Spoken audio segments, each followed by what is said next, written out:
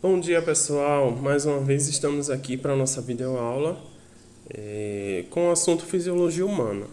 Hoje nós vamos falar um pouco sobre o sistema digestivo e tentar compreender como os sistemas fisiológicos estão relacionados, mantendo um processo de equilíbrio.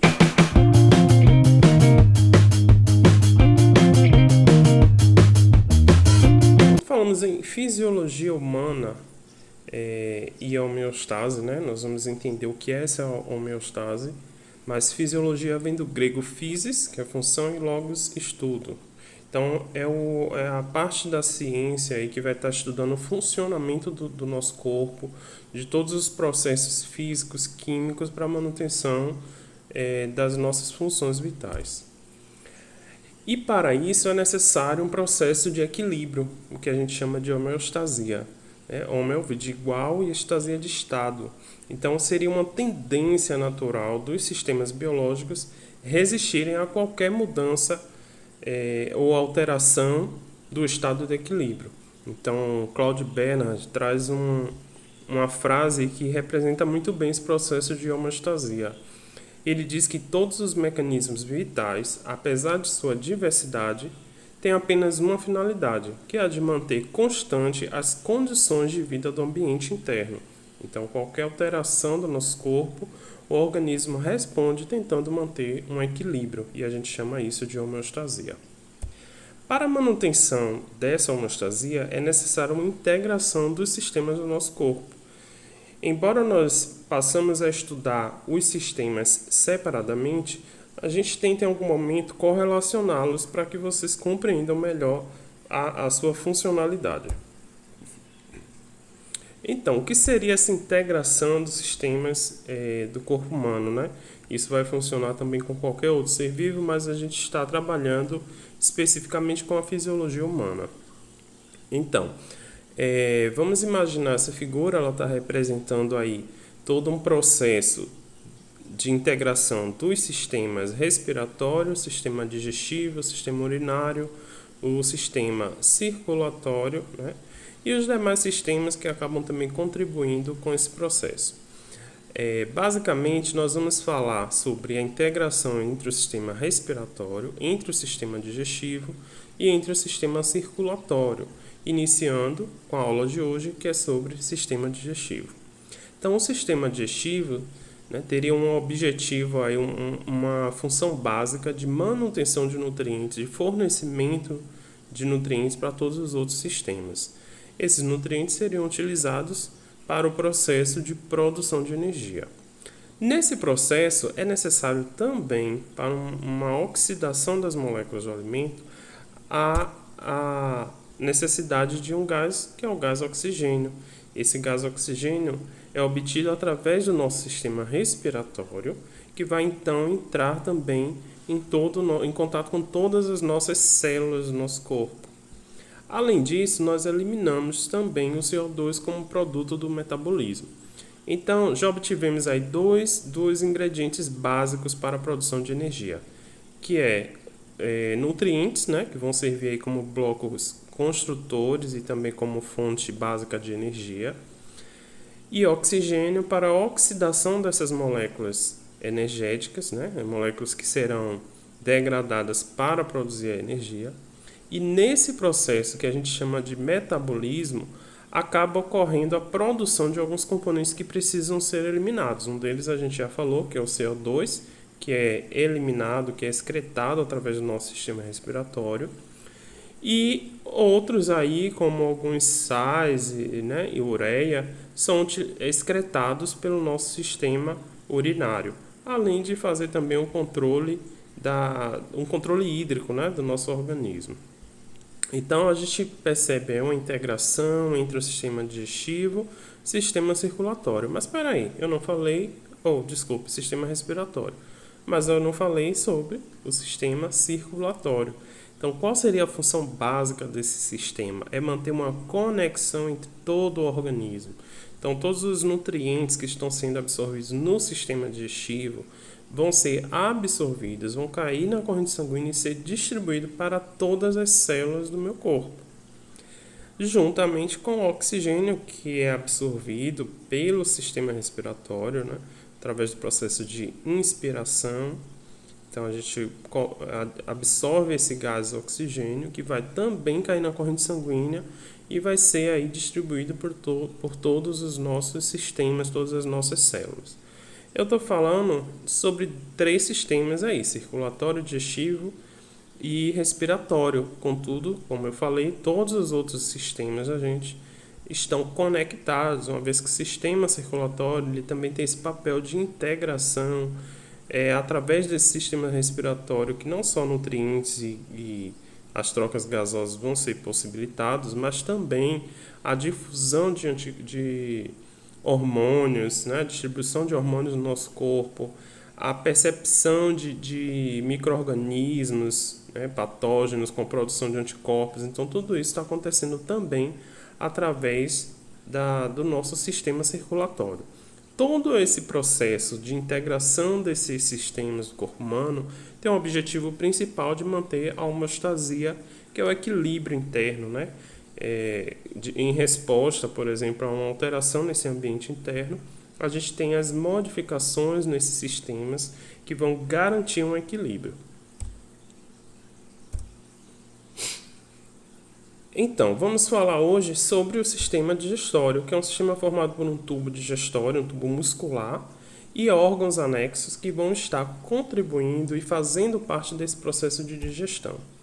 Eu diria que a função da digestão do alimento, né, o conceito de digestão, é um conjunto de processos que vão transformar o alimento em moléculas menores que possam então ser absorvidas pelas células.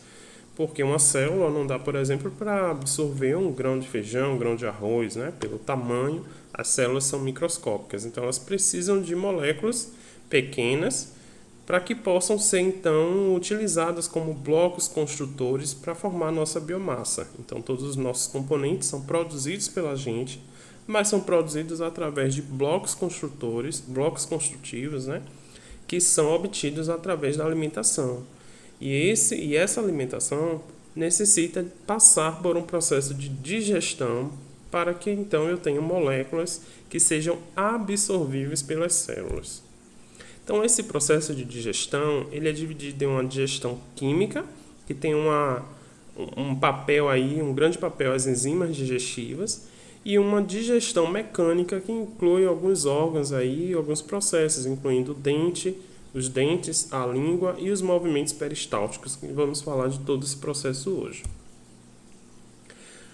Em relação à digestão química, nós temos um conjunto de enzimas que vão estar especializadas em degradar os componentes do nosso alimento, transformando em produtos menores. Então, eu tenho aqui as enzimas, né, o suco digestivo, formado aí pela saliva, suco gástrico, suco pancreático, suco entérico, na qual vou ter componentes químicos que vão realizar um processo de uma reação química, e a gente chama aí de enzimas, né? São proteínas que têm um papel no processo de degradação do alimento.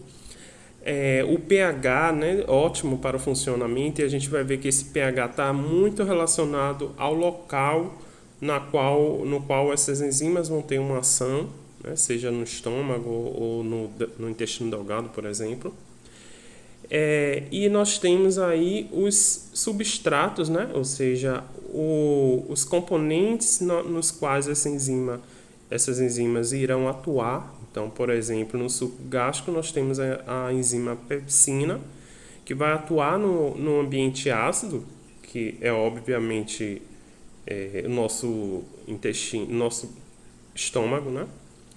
E essa enzima vai estar atuando sobre as proteínas do nosso alimento. Então, se eu estou comendo uma carne de frango que é rica em proteína, eu vou estar produzindo a enzima pepsina, que no ácido gástrico, no suco gástrico, né, vai estar tendo uma ação máxima, um processo máximo ali de degradação das proteínas para a produção de moléculas menores. E aí a gente tem aqui chamado de peptonas, né? São fragmentos das proteínas que podem então atravessar a membrana plasmática das nossas células.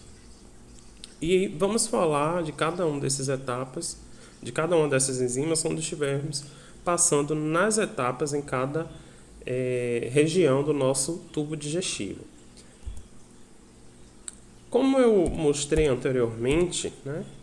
Vou voltar aqui para a gente relembrar. O nosso sistema digestivo ele é formado por um tubo muscular. Então eu tenho aqui um tubo, né, formado por músculo, e esse tubo muscular vai sofrer modificações durante o seu percurso. Então, em alguns momentos eu vou ter dilatações, em algum momento eu vou ter algumas dobras que vão aumentar a absorção. Então, eu vou ter um processo de especialização em cada região desse tubo digestivo, e é isso que a gente vai ver. Alguns órgãos vão estar anexados, né, a esse processo digestivo, facilitando a digestão do nosso alimento. Vamos lá. Por que precisamos então nos nutrir? Por que precisamos digerir o alimento para obter essas partículas? Como eu falei, as nossas células vão precisar principalmente de glicose, que compõe aí em torno de 60% a 70% do nosso alimento. Mas também os carboidratos são utilizados, proteínas também podem ser utilizados para a produção de energia. Como comburente aí a gente tem o gás oxigênio, que vai estar tendo um papel na oxidação dessas moléculas orgânicas. Então a gente tem aí um gás que vai funcionar como um comburente e as moléculas orgânicas que funcionando como um combustível para que ocorram reações químicas dentro das células. Nessas reações químicas é produzida energia na forma química, na forma de moléculas de ATP, que é a adenosina trifosfatada, e nós não vamos falar dela hoje, mas pense em energia genérica, mas energia química, que é uma energia que está em todos os seres vivos. E nesse processo metabólico ocorre a produção de água e de compostos aí, entre eles o dióxido de carbono, que precisam ser eliminados. Então a gente tem aí uma limitação da membrana, que é a membrana plasmática, e nessa membrana plasmática deve ocorrer o transporte aí de glicose e oxigênio para o interior das células e deve atravessar a membrana para o meio extracelular, a água, que é produzida também como resto metabólico, e o dióxido de carbono, para que então a gente possa produzir energia. Esse oxigênio é obtido através do processo de respiração, né, nosso sistema respiratório, que a gente vai estar vendo, enquanto a glicose, esses combustíveis, essas moléculas orgânicas em si vão estar sendo obtidas através do nosso sistema digestivo, como eu já havia dito anteriormente, para que então a gente possa produzir energia e utilizar essa energia para a realização das nossas atividades diárias, para a produção de moléculas de hormônio, todas as atividades metabólicas que a gente realiza durante o dia a dia. Como eu falei, o dióxido de carbono também é liberado através do sistema respiratório, lembrando que todos esses componentes saem das células ou entram nas células através do sistema circulatório. Então, qual é o caminho do alimento nesse tubo muscular, nesse tubo digestivo? Então a gente tem um caminho aí longo com algumas modificações nesse tubo muscular, iniciando o processo de digestão na boca, com alguns órgãos aí anexos, a língua, os dentes e a saliva, que é produzida pelas glândulas salivares, iniciando um processo de digestão química. Então a gente tem na boca aí tanto uma digestão mecânica, né, como vimos mais à frente, anteriormente. Então a gente tem a língua e os dentes realizando o processo de digestão mecânica, a gente vai falar melhor sobre isso, e a saliva iniciando o processo de digestão química. Algumas questões de vestibulares e Enem trazem essa questão porque é muito comum os estudantes acreditarem que a digestão química se inicia no estômago, quando na realidade não é. A digestão química ela se inicia também na boca, através da ação da enzima amilase salivar, produzida como um dos componentes da nossa saliva. Após passar pela boca, o estômago, o alimento vai ter contato com a nossa faringe, né? Então essa faringe aqui é uma região que já se inicia aí o sistema digestivo, né? Também junto com a boca, mas é um órgão aí que é muito comum tanto ao sistema respiratório como ao sistema digestivo. Então, a faringe vai fazer parte desses dois componentes, desses dois sistemas. E por isso, vai existir na faringe um órgão que vai estar controlando para onde deve ir o alimento e para onde deve ir o nosso ar que a gente inspira. Após passar pela faringe, vem o esôfago, né, que é um tubo também muscular, onde você já tem aqui um processo de movimento peristáltico, né, então é um caminho muscular no qual o alimento vai percorrer desde a faringe até o estômago. Chegando no estômago, a gente tem aí um processo de digestão. A gente vai falar de cada uma dessas partes, viu, gente? Vamos falar de todas essas regiões em si. Saindo do estômago, o alimento chega ao intestino delgado, que é dividido em 3 regiões aí, duodeno, jejum e ilho. Nós não conseguimos diferenciar visualmente essas regiões, mas o intestino é essa região mais fina, né, do tubo digestivo, e que é dividido em 3 regiões. O duodeno a gente ainda consegue ter uma percepção do local, né, de onde fica, uma vez que há uma inserção ali dos vasos que comunicam o fígado e o pâncreas ao nosso intestino delgado. Seguindo, então, o alimento passa pelo jejum, no ilho, chegando então ao intestino grosso, que é essa região mais dilatada, com algumas modificações do tubo digestivo, e que vai ser dividido aí em 4 regiões. A gente tem a região do seco, o cólon, né, dividindo aí o cólon ascendente, o cólon transverso e aqui o cólon descendente, o reto, e a região final, o ânus, com o esfíncter anal para controlar a saída dos restos que não foram absorvidos. Então, esse sistema está todo representado nessa imagem, embora não dá para visualizar muito bem, mas esse é o caminho do tubo digestivo. Essa imagem representa muito bem que esse tubo digestivo é um tubo muscular contínuo, único, né, que vai ter apenas algumas modificações, algumas regiões dilatadas, outras regiões mais delgadas, e aí vai. E nesse processo de digestão, nós temos especializações para a digestão de determinados tipos de alimento. Iniciando pela boca, nós temos aí a língua, né, que vai ter um papel aí tanto no paladar, percepção do sabor dos alimentos, e também em revolver o alimento na boca para que a gente possa iniciar o processo da digestão mecânica, de mastigação e trituração do alimento. É claro que a língua tem outros papéis, por exemplo, na articulação da fala, mas aqui a gente está se restringindo ao processo de digestão. A úvula, que vai também, né, auxiliar no processo digestivo. Então a gente tem aqui a úvula, que vai estar aí auxiliando na deglutição do alimento, no processo de deglutição e também na fonação, como eu já havia dito. As glândulas salivares, né, existem algumas regiões de glândulas salivares que vão ter um papel na produção da saliva para então lubrificar e amolecer o alimento. E aí a gente está falando da primeira etapa da digestão, que é a ensalivação. É um local onde vai estar ocorrendo aí a produção de saliva, que é rica em ptialina, ou mais comumente conhecida como amilase salivar, que é uma enzima específica em digestão do amido, que é um polissacarídeo. E na boca encontramos também os dentes, que são órgãos responsáveis pelo processo de trituração, de amassar o alimento, perfurar e rasgar, para que então a gente esteja aí triturando, né, macerando, realizando esse processo de digestão mecânica, para que então as enzimas tenham maior superfície de contato com esse alimento e façam um processo de digestão mecânica muito mais eficiente. Então, a digestão mecânica, ela ocorre para que a gente possa permitir às enzimas ter contato com a maior parte de superfície dos nossos alimentos. Saindo da boca, como eu falei, a gente tem a faringe, que é um órgão comum ao sistema respiratório e digestivo, tem em torno aí de 12 a 13 centímetros.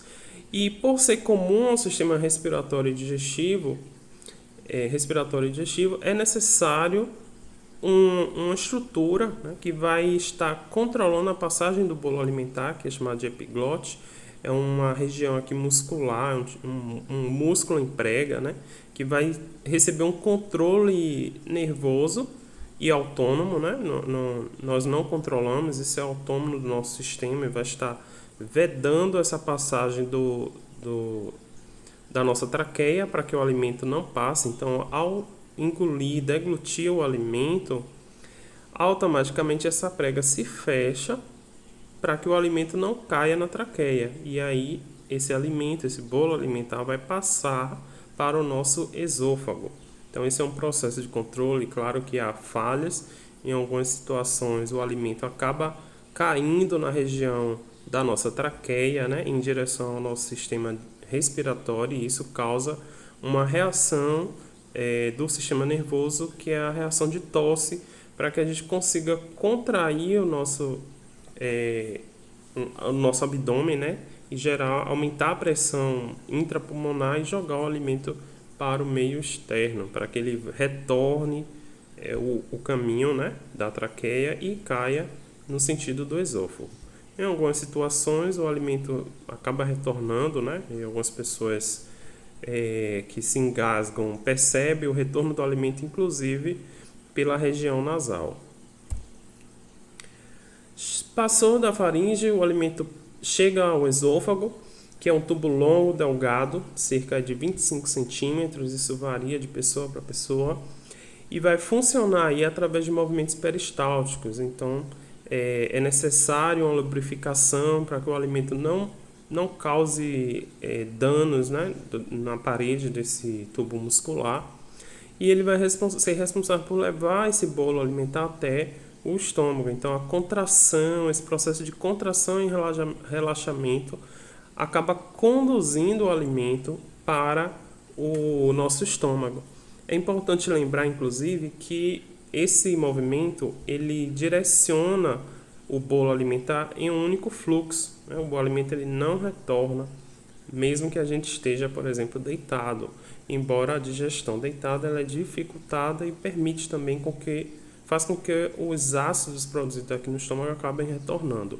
Mas o movimento peristáltico, esse movimento de contração controlado da nossa musculatura, que vai acontecer em todo o tubo digestivo, mas que já inicia aqui desde o esôfago. Chegando ao estômago, nós temos uma bolsa de parede muscular, na realidade é uma região desse tubo muscular, do lado esquerdo do abdômen, que vai estar dilatado na realidade, né, e consegue armazenar aí, temporariamente até 2 litros. Claro que isso varia, né, de pessoa para pessoa. E esse estômago, como ele produz bastante ácido, ácido clorídrico, para iniciar, né, tornar o ambiente ácido e fazer com que as enzimas tenham a sua funcionalidade máxima, o seu ponto máximo de trabalhar, de fazer as reações químicas. Então, é necessário que essa mucosa, essa parede do nosso estômago seja revestida com um muco, né, que vai proteger os nossos tecidos do estômago, os nossos tecidos gástricos desse ácido, porque senão o ácido começa a corroer a parede do nosso estômago. Deixa eu colocar a imagem, né? Existem algumas regiões desse estômago. A abertura superior a gente chama de cárdia, né? Aqui eu vou ter um esfíncter, que é uma musculatura circular que vai estar se fechando, controlando a passagem do alimento, impedindo inclusive que o alimento retorne para o esôfago. Nesse estômago vai estar ocorrendo a produção de ácido, suco gástrico em si, a gente vai falar sobre isso. E aqui a região final, que é a região do piloro, do antropiloro, que é onde vai, né, também existir um outro esfíncter pilórico, que vai impedir a passagem do alimento diretamente para o intestino delgado, de forma a manter esse alimento por um tempo nesse espaço, né, sofrendo a ação das enzimas e do ácido clorídrico. Então, essa é uma segunda etapa de gestão chamada de quimificação. A gente tem líquidos sendo adicionados nesse bolo alimentar. Nesse líquido, que a gente chama aí de suco gástrico, há água, ácido clorídrico.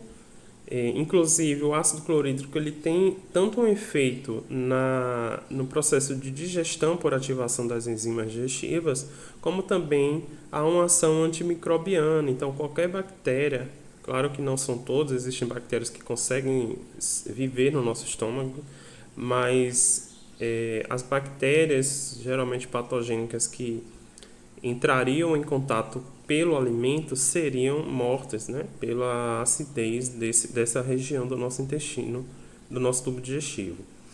E nesse suco gástrico há, como eu falei, enzimas digestivas, como eu estou mostrando aqui nessa tabela, né, a pepsina e a renina. Por exemplo, a pepsina realizando aí a digestão de proteínas e a renina a digestão de caseína, que está presente aí no leite, por exemplo. Então, produzindo componentes menores que podem então ser absorvidos pelas nossas células. É importante lembrar que a gente já falou da boca, iniciando o processo de digestão química. Então, a boca produz amilase salivar que vai digerir carboidrato, que é um polissacarídeo, o polissacarídeo amido. No estômago, a gente tem um processo de início da digestão enzimática ou química de proteínas. Então, a primeira enzima produzida para digerir proteína é a pepsina, e ela é produzida no estômago, iniciando o processo de digestão de proteínas. Se nós, então, de acordo com o tipo de alimento, se eu estou comendo pão, né, que é rico em amido, o amido é um carboidrato de reserva na maior parte nos vegetais em si. Então, se eu como a raiz, a batata, empim, o pão, que tem o amido do trigo, né, ou do milho, então nós já estamos iniciando esse processo de digestão química na boca e continua por todo o tubo digestivo. Se eu como um pedaço de bife, né, a carne é rica em proteína, o processo de digestão mecânica também se inicia na boca, porque eu estou mastigando, e o próprio movimento peristáltico acaba revolvendo o alimento. Ao chegar no estômago, se inicia a digestão química de proteínas. Saindo do estômago, nós chegamos ao intestino delgado, que é uma região aí dividida, como eu falei, em 3 partes: duodeno, jejum e ilho. Possui um comprimento de 6 a essa região aqui mais delgada, né, com coloração diferente. Possui um comprimento de 6 a 6 metros e diâmetro aí de 3 centímetros, ele é bem mais delgado. E na região interna, né, na mucosa interna, no espaço interno desse tubo, como a gente consegue ver aqui uma imagem ampliando, fazendo um corte, nós vamos perceber as diversas vilosidades, né, que apresenta na mucosa desse intestino, que tem por objetivo aumentar a superfície de absorção dos nutrientes. Então, nós estamos falando aí de uma região que já começa a se adaptar para absorver os nossos nutrientes. Em cada vilosidade do tecido, né, dessa mucosa, nós vamos ter células nessa região. Se eu faço um corte aqui, por exemplo, observe que eu já tenho vasos aqui que estão representados em azul e em vermelho, representando o sistema circulatório. Então, nessas vilosidades, nessas dobras da parede interna, nós temos vasos sanguíneos que vão estar irrigando esse tecido e fazendo um processo de absorção dos nutrientes, né, que vão cair na corrente sanguínea e ser distribuído para todo o nosso organismo. E nas células que formam esses tecidos, também há microvilosidades. São essas adaptações da membrana plasmática que também possui como papel principal a ampliação da área de superfície, né, para a absorção desses nutrientes.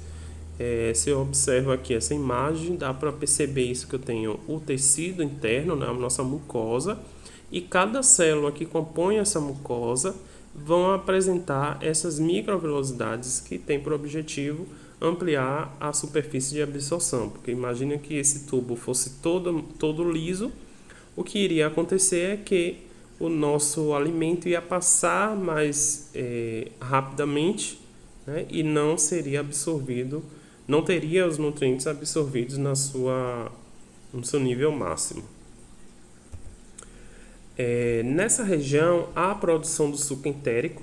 Então, a gente tem uma região que é especializada na absorção de 90% dos nutrientes, uma região de extrema importância, e por isso que doenças que afetam a região do duodeno, do intestino delgado em si, são doenças que são graves. Inclusive, um câncer no intestino delgado é grave, né, porque atrapalha o processo de absorção de nutrientes. E nessa região, nós vamos ter aí já a ação de duas substâncias, dois componentes, duas misturas na realidade, né? O suco pancreático, produzido por um órgão anexo, que é o pâncreas, e a bile, que é produzida pelo nosso fígado. Então, o fígado também faz parte do nosso sistema digestivo como órgão anexo. E é nessa região que se inicia a terceira etapa da digestão, que é a quilificação, né? Então, eu tenho aí um processo tanto de absorção, como também é uma região que vai receber suco entérico e demais componentes para o processo de digestão. Nessa região, esse suco entérico, por exemplo, ele vai ser rico em algumas enzimas peptidase, né, que vão digerir proteínas, maltase, digerir um carboidrato, sacarase, lactase. Aqui nessa tabela nós temos algumas enzimas que vão estar, que são componentes desse suco entérico e vão funcionar em meio alcalino, né, porque o estômago é uma região ácida devido ao ácido clorídrico, mas ao chegar nesse intestino delgado, as enzimas que são produzidas no intestino delgado têm uma função, uma atividade máxima em pH alcalino, o que quer dizer que não deve ser um meio ácido. Então, o ácido do estômago ele deve ficar no estômago, contudo, ao abrir o esfíncter aqui do pyloro, o alimento passa para o intestino delgado com muito ácido, né? O ácido que está sendo produzido no estômago. E aí é necessário um mecanismo para alcalinizar esse meio, né? Esse ambiente do intestino delgado, para que então as enzimas possam estar atuando nos componentes, né? Nesses subprodutos, nesses substratos, transformando em moléculas, em unidades ainda menores, aminoácidos, glicoses, né? Frutose, para que possa então ser absorvido. Como é então que esse processo aí, né, do alimento, que vem já do estômago em meio ácido, como é que ele vai se tornar alcalino? E aí a gente tem a ação do suco pancreático e da bile. Então são dois órgãos anexos que está representando aqui, ó, o fígado, e aqui por trás do estômago a gente tem o pâncreas. Então, todos esses dois órgãos são glândulas, né, que vão estar produzindo uma secreção e vão direcionar essa secreção através de pequenos tubos que vão desembocar ou que vão jogar esses líquidos no intestino delgado. E aí a gente vai falar um pouco sobre esses dois órgãos, iniciando pelo pâncreas, que está representado aqui por essa imagem, né? Nessa região a gente tem o pâncreas e tem também o fígado aqui com a vesícula biliar, mas a gente vai falar um pouco agora do pâncreas, que é uma glândula mista de 15 centímetros de comprimento. Então, mista porque ela vai ter um papel, existem várias células, né? Então, a gente tem as células que vão formar os ácidos pancreáticos, que vão então ter um processo de produção do suco pancreático.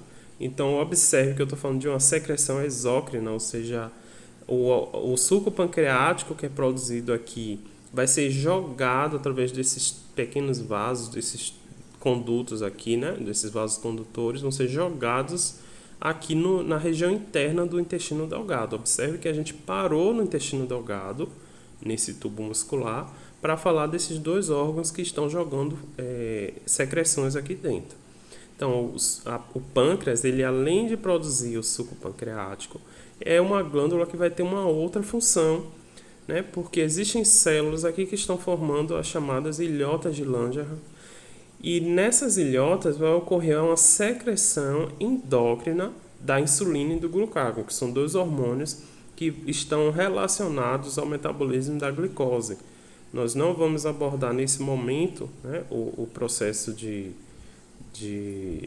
do metabolismo da glicose, mas É importante lembrar aqui que a insulina e o glucagon são dois hormônios e são jogados na corrente sanguínea, por isso a gente fala de uma secreção endócrina, que vai ser, né, uma secreção que vai ser jogada dentro dos vasos sanguíneos, no nosso sangue. Enquanto o suco pancreático ele tem uma função, uma secreção exócrina, porque não é jogado o suco pancreático dentro do nosso organismo, mas sim na região interna do tubo digestivo, né? Então essa região aqui é o lúmen, né? A gente chama de lúmen, o espaço interno desse tubo muscular, e não necessariamente dentro do nosso organismo. Por isso a gente fala que o pâncreas é uma glândula mista, né? Que tem essas duas funções aí. Em relação à secreção endócrina, a gente tem a insulina e o glucagon, como eu falei, responsável pelo processo de metabolismo da glicose. A insulina é responsável, né? Ela é jogada pelo pâncreas na corrente sanguínea e a insulina sinaliza a todas as nossas células de que há glicose no nosso sangue, né? Há um processo de estímulo para que o pâncreas faça isso. E ao produzir insulina e jogar no sangue, todas as células do nosso corpo passam então a absorver glicose. É como se as nossas células não conseguissem reconhecer a glicose sem a presença da insulina. Por isso a insulina é necessária para que as nossas células absorvam a glicose plasmática. Em uma situação de não produção da insulina, nós temos aí um processo de acúmulo da glicose que vem do nosso alimento no plasma sanguíneo. Então, a glicose permanece no meio extracelular, no ambiente externo das células. As células não conseguem absorver, logo vai existir uma dificuldade aí na produção de energia e alguns problemas gerados pelo acúmulo de glicose no plasma sanguíneo. E aí a pessoa que tem a diabetes, né, que é essa situação que eu estou falando de não produção ou de produção com deficiência da insulina, elas acabam precisando fazer o uso de medicamentos, inclusive da insulina artificialmente, para que ela consiga então absorver a glicose no plasma sanguíneo. E o outro hormônio que é o glucagon, que é um hormônio que tem um papel inverso à insulina. Então nós produzimos carboidratos, nós armazenamos, na realidade, carboidratos de reserva, né, que a gente chama de glicogênio, desculpe. E o glicogênio, que é um carboidrato de reserva para os animais, fica armazenado no fígado e também na nossa musculatura. E em um momento de ausência de alimento, o meu organismo há um estímulo nervoso para que o pâncreas produz, ao invés da insulina, produz o glucagon. O glucagon tem um papel em transformar esse glicogênio que está armazenado no fígado e na minha musculatura em moléculas de glicose, para que a gente possa então produzir energia, né? Então essa glicose que é fornecida em um momento de jejum, ela vem do metabolismo de glicogênio que está armazenado em nosso organismo. Então tem um papel inverso. A insulina a gente produz após uma alimentação, porque há glicose no plasma sanguíneo vindo da digestão, e aí o pâncreas produz insulina para que as células absorvam essa glicose, e o glucagon é produzido pelo pâncreas em um momento de jejum, para que então as nossas células continuem recebendo glicose, porém não a glicose que vem do nosso alimento, mas sim uma glicose que estava armazenada na forma de glicogênio. E nesse suco pancreático, a gente vai voltar agora aí para a função exócrina, né, do nosso pâncreas. O suco pancreático é composto por bicarbonato, que é um agente, uma substância responsável pela neutralização do pH. Lembram que eu falei que o estômago produz o ácido clorídrico e o alimento que está ali no estômago, ao passar para o intestino delgado, ele vai estar trazendo o ácido que foi produzido no estômago. Contudo, as enzimas que vão atuar no intestino delgado precisam de um ambiente alcalino e por isso o pâncreas vai produzir o suco pancreático rico em bicarbonato que ao chegar no intestino delgado vai neutralizar o ácido que estava vindo do estômago. E agora, com esse ácido neutralizado, você tem um ambiente mais alcalino, né, menos ácido, e a partir daí as enzimas podem fazer um processo de digestão, continuar, né, um processo de digestão.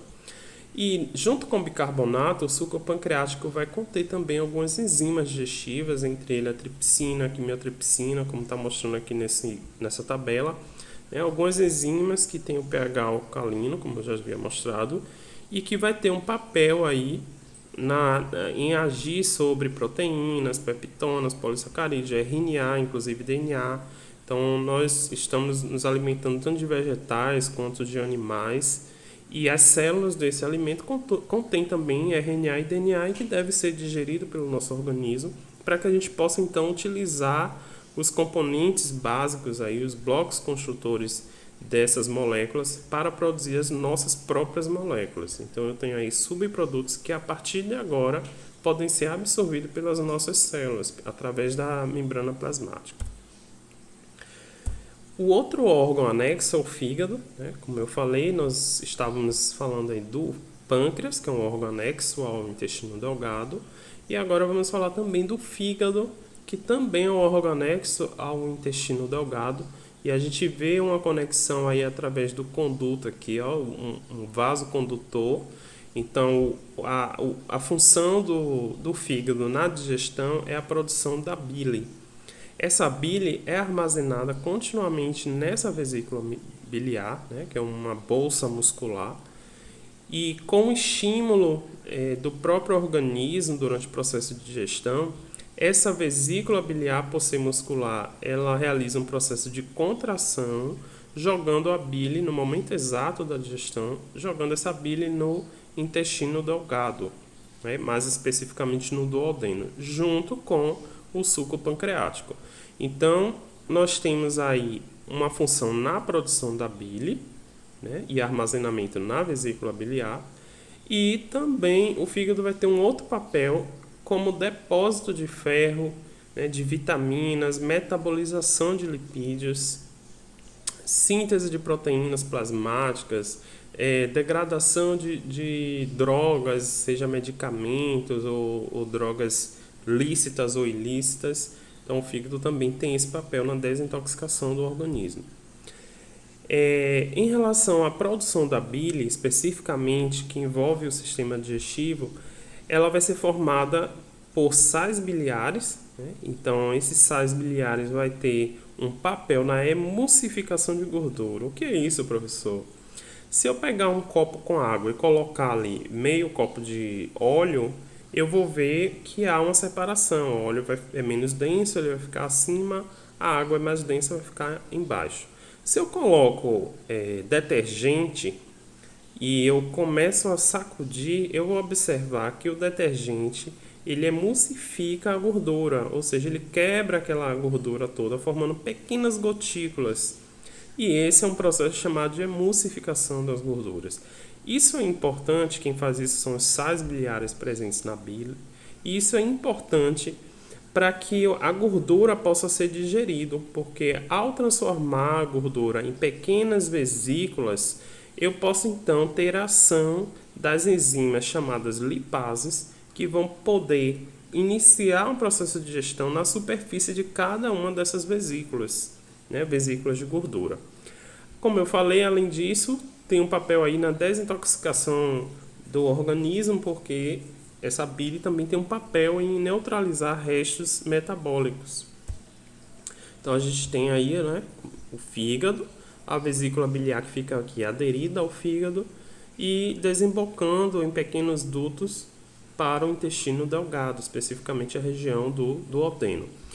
É importante lembrar, não sei se quem é de interior, geralmente as pessoas matam o frango, né? Criam para se alimentar. E ao matar o frango, ao tirar a bile, né? As pessoas têm o costume de falar, tem que ter cuidado com o fé. O fé é, na realidade, a vesícula biliar que está ali armazenando a bile. E precisa ter um cuidado, né? Porque ao estourar essa bile, ou ao estourar a vesícula biliar, essa bile pode ter contato com todas as partes do frango. E isso vai tornar o sabor amargo, uma vez que a gente tem componentes aqui, né, tanto da bile como do pâncreas, que vão ter um um sabor que dá essa devida alteração do pH, né, dá esse sabor amargo. E aí, quando as pessoas falam em fé, é exatamente essa região aí da bile. Que é, deixa eu ver se eu mostro aqui, né? Além da bile, como eu falei, né, tem a questão do ácido ou do bicarbonato, que tem também um sabor, né, amargo, uma vez que é alcalino. Então toda essa região aqui, que as pessoas chamam de fé, você tem ali tanto a vesícula biliar como a parte ali do pâncreas, que vai ser responsável por estar armazenando aí esses componentes. Mas no caso da vesícula biliar, especificamente o que as pessoas do interior chamam de fé, é exatamente a vesícula biliar, que está rica aí em uma substância rica em sais biliares. Saindo do intestino delgado, né, nós já passamos lá pelo duodeno, por todas as regiões do intestino delgado, as 3 partes, e o alimento vai chegar então ao intestino grosso, né, nessa região aqui que vai comunicar. Então o alimento passa do intestino delgado para o intestino grosso, para a região do seco. O que é esse intestino grosso? É um tubo muscular com parede mais espessa que o intestino delgado, então você tem essa região mais larga, né? E é dividido aí em apêndice. Esse apêndice na gente é um órgão vestigial que mostra, que evidencia um processo de evolução, uma vez que outros vertebrados possuem um apêndice maior que tem uma função no processo digestivo, enquanto na gente, né, nos humanos, nós não temos nenhuma função, né, associada ao apêndice. Algumas pessoas, inclusive, desenvolvem uma infecção do apêndice e é por isso que é necessário passar por um processo cirúrgico para a retirada do apêndice. Alguns estudos apontam um papel aí no sistema imunológico, nas defesas, né, contra bactérias, contudo, não é uma função vital, de modo que ao retirar o apêndice não atrapalha em nenhum processo associado nem ao sistema digestivo, muito menos ao sistema imunológico. Então, em outros animais, por exemplo, se eu observar o intestino de coelhos, eu vou ver que o apêndice vermiforme, né, chamado apêndice vermiforme, é muito maior e está associado ao processo de digestão, de modo que se eu tiro o apêndice vermiforme do coelho, isso vai atrapalhar o processo de digestão e o coelho não sobrevive. Então, nós temos aí um órgão vestigial que de certa forma faz parte. Então, alguns estudantes falam, eu tive apêndice. Não, você não teve apêndice, todos nós temos apêndice. O que a gente tem, umas pessoas têm ou não, é apendicite, que é uma inflamação desse apêndice e por isso precisa tirar. Inclusive, eu já passei por esse processo. Então, o intestino grosso se inicia aí nessa região. Você tem aí o apêndice, essa região mais dilatada aqui do seco, que é o início do intestino grosso.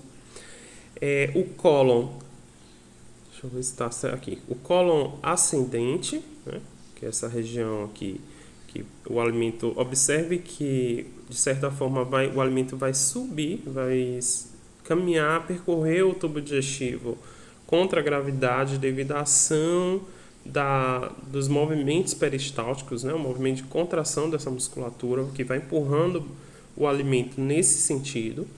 Esse alimento passa pelo colo transverso e desce aqui pelo cólon descendente.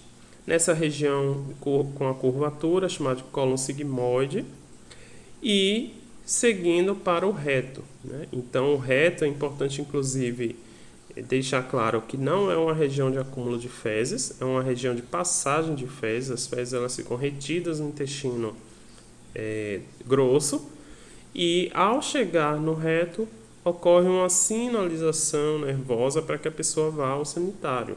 Então, chegando aqui, é a partir daí que a pessoa vai sentir aquela vontade típica de ir ao banheiro, né? É muito importante falar isso, porque as pessoas que têm intestino seco, né, têm uma dificuldade de defecar, essas pessoas não podem prender a vontade de ir ao banheiro, porque às vezes você está em um ambiente que você fica com vergonha de pedir para ir ao sanitário, mas você não pode prender, porque ao prender as fezes, né, que chegaram aqui nessa região, o movimento peristáltico, que vai estar contraindo, mas o esfíncter está prendendo, então não vai permitir a passagem dessas fezes. Esse movimento peristáltico vai fazer com que as fezes retornem para o intestino, né, o cólon sigmoide e o intestino aqui, o cólon descendente. Então, esse processo faz com que as fezes se desidratem ainda mais e petrifiquem, né? Em algumas situações, é necessário passar por um processo cirúrgico para a retirada das fezes. E isso acontece com pessoas que têm intestino seco, né, que têm dificuldade em defecar. Isso acontece porque todo o nosso intestino ele tem um papel básico de reabsorção de água e de sais minerais. Então, é o processo mesmo de formação das fezes. Uma vez que aqui no intestino delgado a gente tem o alimento sendo digerido, né, todos os componentes sendo digeridos, o quimo, né, que a gente chama aí, que vai estar passando, recebendo enzimas, água, então ele vai ficar líquido o suficiente para chegar nessa região líquido ainda. E a partir daqui, toda essa água e sais minerais vão ser reabsorvidos para solidificar, além de reaproveitar a água e os sais minerais, vai ocorrer um processo de solidificação das fezes. E aí as fezes devem sair com uma consistência mais sólida. Além dessa especialidade de formação das fezes por reabsorção de água e sais minerais, nós temos também a síntese de vitamina K e vitamina do complexo B2 por bactérias que vivem aqui nesse intestino grosso. Então, essas bactérias se aproveitam desses restos orgânicos, né, para fazer um processo de metabolismo dessas bactérias, e nesse metabolismo essas bactérias acabam produzindo vitaminas que são absorvidas pela gente. Então é isso, galera. Por hoje é só. A gente continua no nosso próximo encontro falando um pouco sobre o sistema respiratório e o sistema circulatório. Um grande abraço a todos.